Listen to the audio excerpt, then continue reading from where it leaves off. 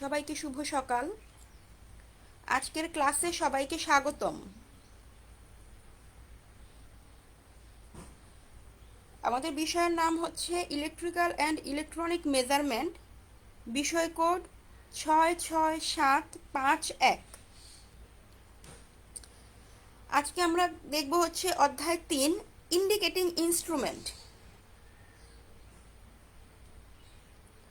অধ্যায় 3, indicating instrument.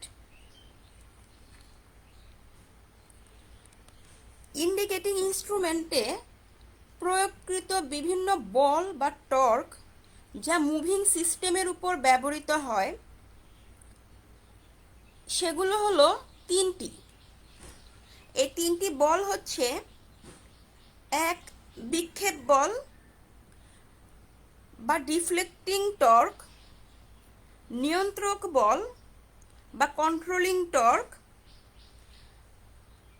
এবং dumping বল বা ডাম্পিং টর্ক। খুবই গুরুত্বপূর্ণ একটা অধ্যায় এবং খুবই গুরুত্বপূর্ণ একটা টপিক।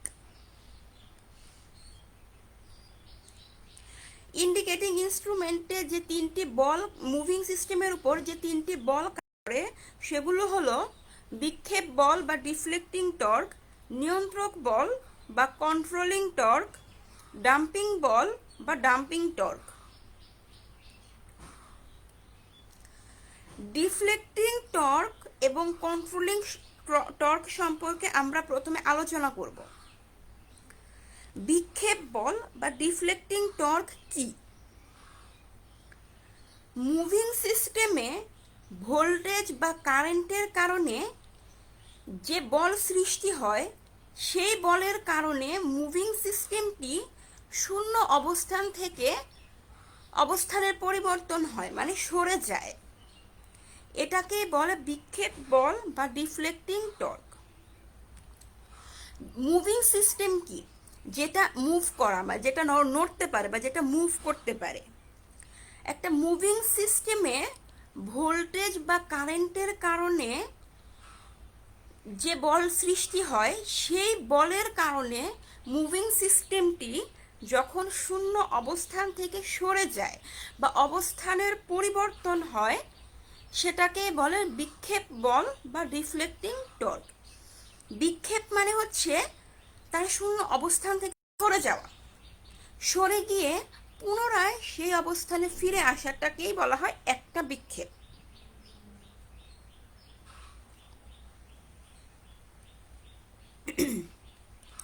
নিয়ন্ত্রক বল বা কন্ট্রোলিং টর্ক।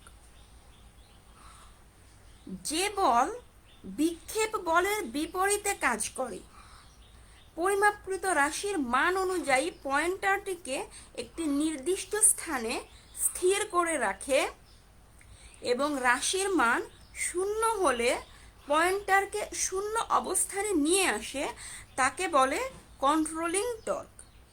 মানে যে বলটা বিক্ষেপ বলের বিপরীতে কাজ করে। বিক্ষেপ বলের কারণে কি হয়? মুভিং সিস্টেমটি শূন্য অবস্থান থেকে সরে যায়, কিন্তু নিয়ন্ত্রক বল চেষ্টা করে সেই মুভিং সিস্টেমটিকে আবার শূন্য অবস্থানে নিয়ে আসতে বা পয়েন্টারটিকে স্থির করে রাখতে।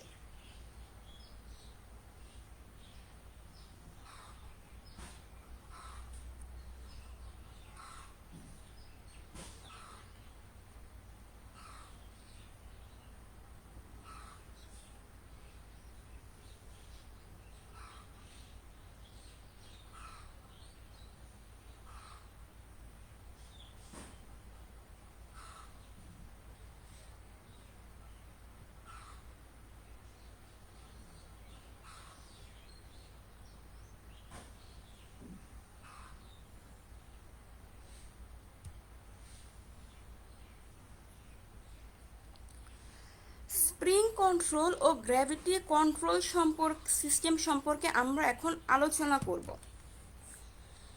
এই যে ইন্ডিকেটিং ইনস্ট্রুমেন্ট, এই ইনস্ট্রুমেন্টে যে আমরা নিয়ন্ত্রক বল বা কন্ট্রোলিং টর্কটা পাই, এটা দুইভাবে পেতে পারি।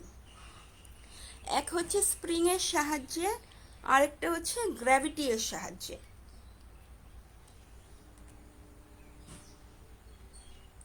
প্রথমে আমরা দেখব স্প্রিং।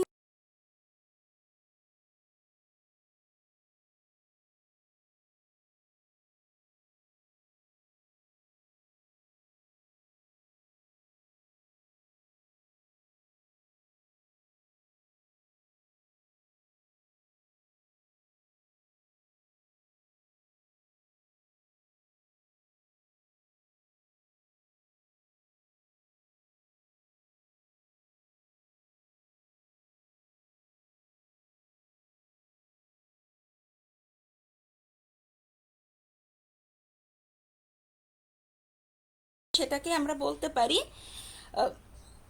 পাঠের মান।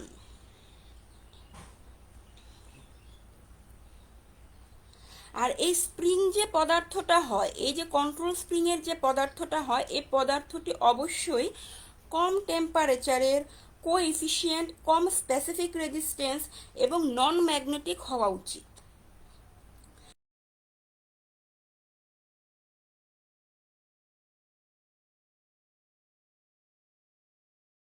হিসেবে ব্যবহার করতে পারি। কিন্তু এগুলো আসলে খুব একটা স্টেবল হয় না, এগুলো সাধারণত ভঙ্গুর হয়। এজন্য আমরা উচ্চ টেম্পারেচার কোএফিসিয়েন্ট যেটা, সেটা হচ্ছে ফসফর ব্রোঞ্জ। এজন্য সাধারণত আমরা স্প্রিংয়ের জন্য ফসফর ব্রোঞ্জ ব্যবহার করব।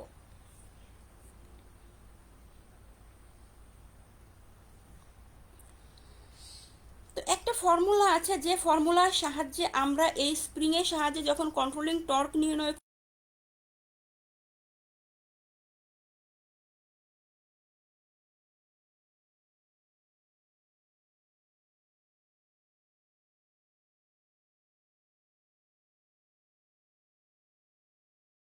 কি কেন ব্যবহার করছি। হচ্ছে এই যে আমরা স্প্রিং পদার্থটা ব্যবহার করতে পারি, এই ব্যবহার করতেছি এটা ইয়ংস মডুলাস। আর বি দ্বারা বোঝায় হচ্ছে স্প্রিংটা যে ব্যবহার করতেছি এটা পাতের প্রস্থ। প্রস্থ কেমন? টি দ্বারা বোঝায় এই পাতটা কতটুকু পুরু, এবং এল দ্বারা বোঝায় হচ্ছে দৈর্ঘ্য, আর থিটা দ্বারা বোঝায় হচ্ছে কৌণিক বিক্ষেপ, মানে এটা কতটুকু বিক্ষেপ দিচ্ছে, মানে বিক্ষেপ দেওয়ার ফলে মানে একটা নির্দিষ্ট জায়গা বা শূন্য অবস্থান থেকে সরে যাওয়ার কারণে তো একটা কোণা সৃষ্টি হয়, একটা কোণ তৈরি হয়, এই কোণটাই হচ্ছে থিটা। তো এই যে আমরা টর্ক বা বল প্রয়োগ করব, এইটা এই স্প্রিংয়ে একটা সর্বোচ্চ পীড়ন তৈরি করতে পারে, যেটাকে সাধারণত আমরা, পীড়ন মানে হচ্ছে স্ট্রেস, এই স্ট্রেসটাকে সর্বোচ্চ স্ট্রেস যখন নির্ণয়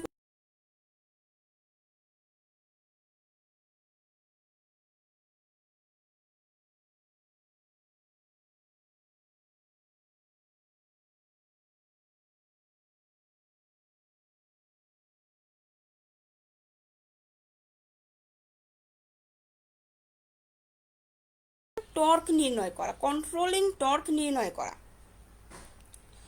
কন্ট্রোলিং টর্ক যখন আমরা বের করব, তো টর্ক টি এবং সিটা আমরা দিব হচ্ছে যাতে বোঝা যায় যে এটা আমরা কন্ট্রোলিং টর্ক নির্ণয় করছি। তো যেটা বললাম, টি সমান E B T cube divided by 12L into theta.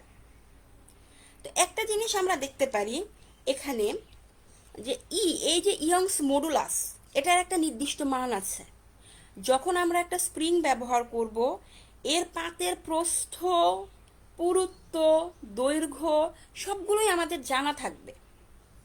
যখন আমরা জেনে এটা ব্যবহার করব, এবং এই যে 12 একটা নির্দিষ্ট সংখ্যা, তাহলে আমরা দেখতে পাচ্ছি এই সবগুলোই আমাদের জানার মধ্যে, মানে চাইলেই আমরা জানতে পারি, সবগুলোই নির্দিষ্ট।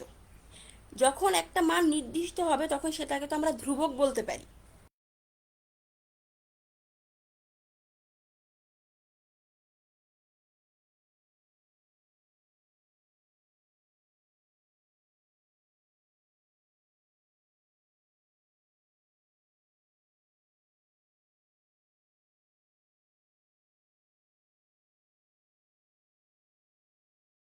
একটা ধ্রুবক আছে, কিন্তু কৌণিক বিক্ষেপের মানটা সবসময় নির্দিষ্ট না।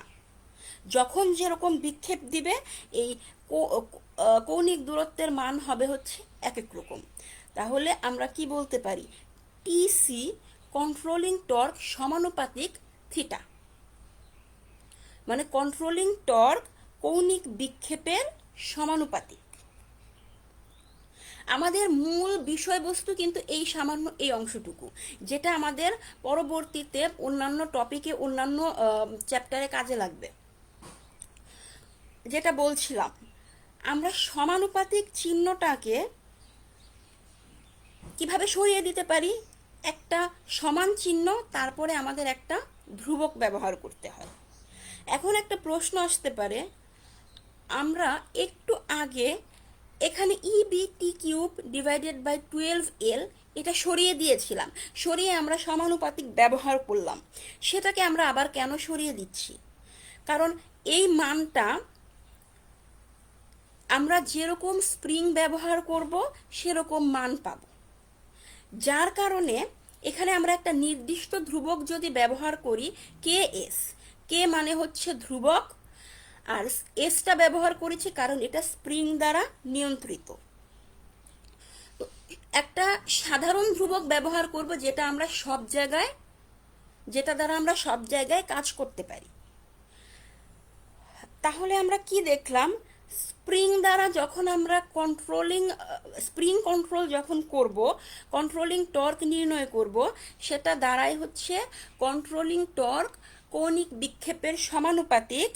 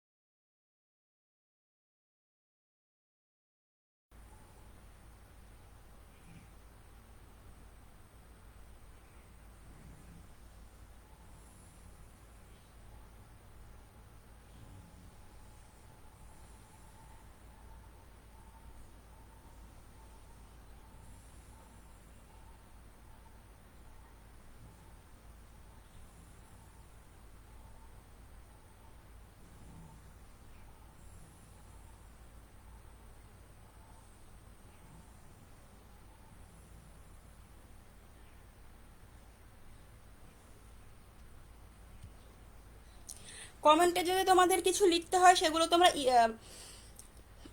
নেট সংক্রান্ত কিংবা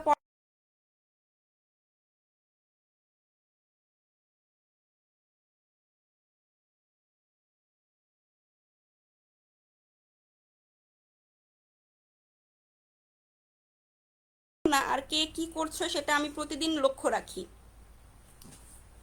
অনলাইনে ক্লাস হচ্ছে বিধায় এটা ভাবার কোনো কারণ নেই যে টিচার কোনো কিছু খেয়াল করছে না, যা ইচ্ছা তাই করছে।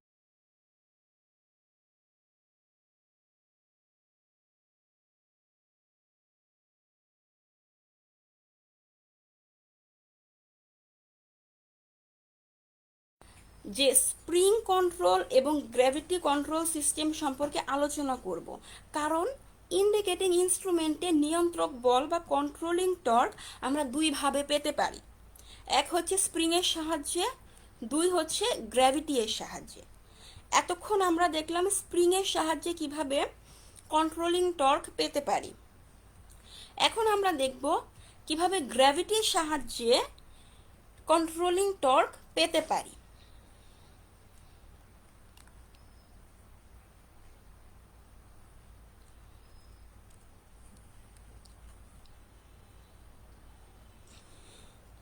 আচ্ছা, এক্ষেত্রে আমরা যেটা করব সেটা হচ্ছে যে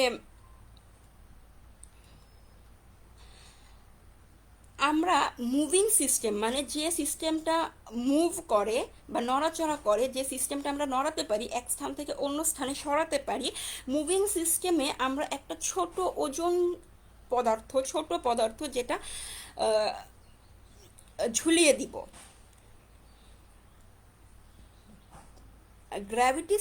গ্র্যাভিটি কন্ট্রোল সিস্টেম হচ্ছে যে কন্ট্রোল সিস্টেমে ইনস্ট্রুমেন্টের মুভিং সিস্টেমের সাথে যুক্ত একটি দণ্ড বা বাহুর সাথে একটি ছোট ওজন বা পদার্থ ঝুলিয়ে দেওয়া হয়। প্রত্যেকটা গ্র্যাভিটি কন্ট্রোলড ইনস্ট্রুমেন্টে একটা ছোট ওজন মুভিং সিস্টেমের সাহায্যে এমনভাবে আমরা ঝুলিয়ে দেই যাতে সেটা নড়াচড়া করতে পারে। আর নড়াচড়া করলেই কি হবে, সেটা মানে বিক্ষেপ দিবে, বিক্ষেপ দিলেই কি হবে, আমরা কন্ট্রোলিং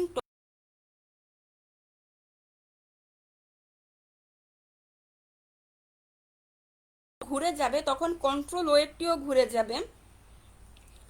আচ্ছা, এখানে আমরা দুটো চিত্র দেখতে পাচ্ছি। এখানে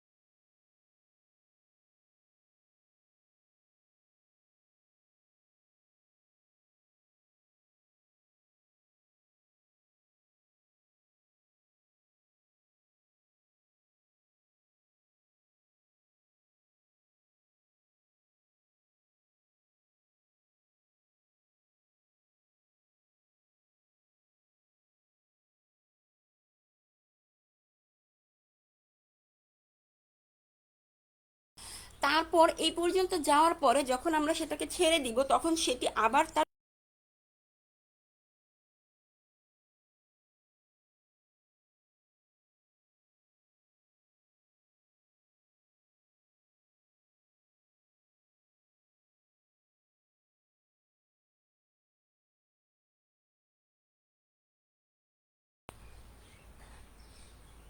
কস থিটা মানে হচ্ছে ভূমি বাই অতিভুজ।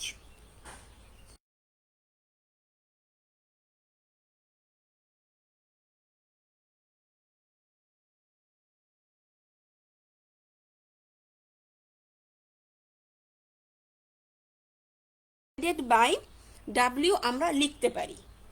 তার মানে ও এর মানটা দাঁড়াচ্ছে ডাব্লিউ কস থিটা, আর ও বি সাইন থিটা সমান হচ্ছে লম্ব বাই অতিভুজ। আমরা ও বি এর মানটা পাচ্ছি ডাব্লিউ সাইন থিটা।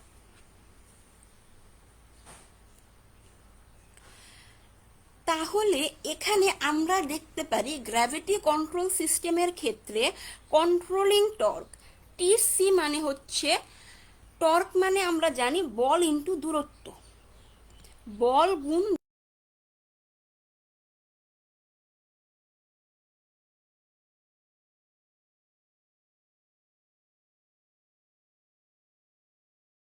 মুভিং সিস্টেমটাকে ঝুলিয়ে দিয়েছি, সেটার দূরত্ব হচ্ছে এল।